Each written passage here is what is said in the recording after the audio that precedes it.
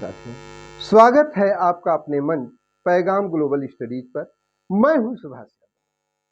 साथियों, आज का टॉपिक है एक्सरसाइज मिलन 2026, जिसका आयोजन भारतीय नौसेना ने किया और इसमें ईरान के जो नौसैनिक युद्धपोत भाग लिए, ऐसी क्या दुर्घटना हो गई या क्या हो गया कि एकदम पूरा विश्व में बवाल मचा हुआ है। और साथ ही साथ देखा जाए, ईरान और इजराइल आमने सामने हैं, उनमें भयंकर युद्ध चल रहा है।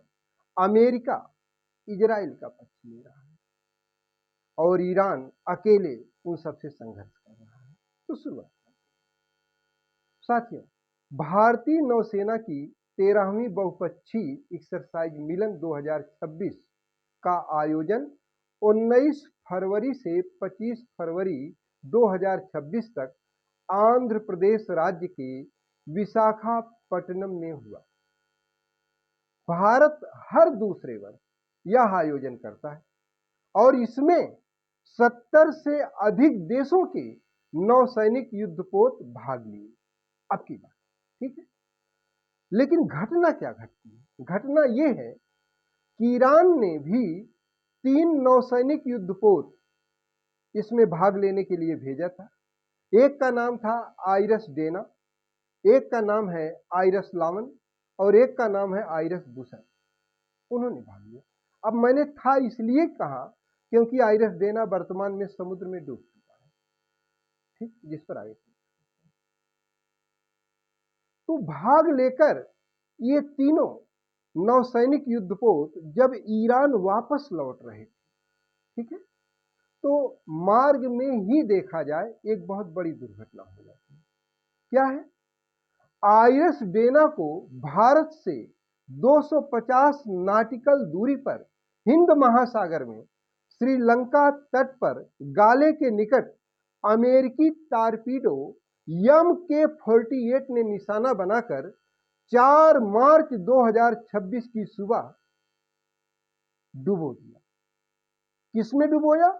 हिंद महासागर। और ये ध्यान रखें, सेकेंड वर्ल्ड वॉर के बाद किसी देश के विरुद्ध टारपीडो का ये पहली बार प्रयोग इस बीच में हुआ। अब भाई, आपके यहां से यानी भारत से ये नौसैनिक युद्धपोत अपने देश वापस लौट रहे थे और इतनी भयंकर घटना हो गई, लेकिन इसके बाद भी भारत सरकार ने कोई भी प्रतिक्रिया नहीं व्यक्त की, ना ही संवेदना व्यक्त किया। ये सोचने की बात है, वह भारत जहां कहा जाता अतिथि देवो भव, तो ये अतिथि देवो भव है। इसके बाद से ही भारत की कूटनीति क्या है, इस पर प्रश्न चिन्ह लग रहा। अर्थात भारत के विदेश नीति की, कूटनीति की भूमिका जो है, अब ये संदेह के घेरे में आ गई है साथी। ये तो हो गया आइरिस डेना का, जो कि समुद्र में डुबो दिया गया हिंद महासागर में। अब एक और अगले जलयान की बात, एक अगले नौसैनिक युद्धपोत की बात मैं कर रहा हूं, आइरस लावन। दरअसल आइरस लावन जब ये वापस लौट रहा था, मार्ग में ही इसमें तकनीकी खराबी का आ जाने के कारण 28 फरवरी 2026 को उसने भारत सरकार से सहायता की मांग की। भारत सरकार ने 1 मार्च 2026 को इसे परमिशन दे दिया कि भाई आप वापस चले आइए और दक्षिण भारत के केरल राज्य में हमारा कोच्चि बंदरगाह है, वहां पर आकर खड़े हो जाइए और जो भी तकनीकी कमियां आई हैं उनको सुधार कर दिया जाएगा, फिर आप वापस चले जाइए। ये ध्यान रखिएगा, अब तक ईरान और इजराइल के बीच युद्ध अभी शुरू नहीं हुआ, तब की घटना है। खैर, आइरस लावन 4 मार्च 2026 की शाम को भारत के केरल राज्य में स्थित कोच्चि बंदरगाह पर पहुंचा, जो वहीं आज भी खड़ा है। ठीक, ये तो आइरस लावन की बात हो गई। अब तीसरे नौसैनिक युद्धपोत, जिसका नाम था आइरस बसर, उस पर दरअसल आइरस बसर की जहां तक बात है, उसको श्रीलंका सरकार से अनुमति मिलने पर वह श्रीलंका के त्रिकोणमाली बंदरगाह पर खड़ा है।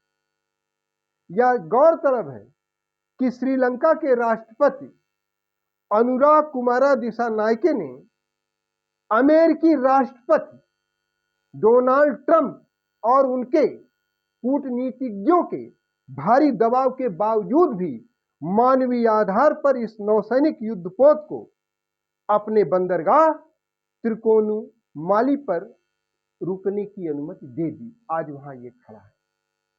तो अब ये सोचने की बात है कि श्रीलंका को देखिए, एक तरफ अमेरिकी दबाव इसके बाद दे रहा है सहायता, और दूसरी तरफ आप हैं, आपके यहां से एक युद्धक पोत वापस लौट रहा था, मार्ग में अमेरिका ने उसको टारपीडो MK-48 द्वारा हिंद महासागर में डुबो दिया। आपकी जुबान से एक शब्द नहीं निकल रहा है।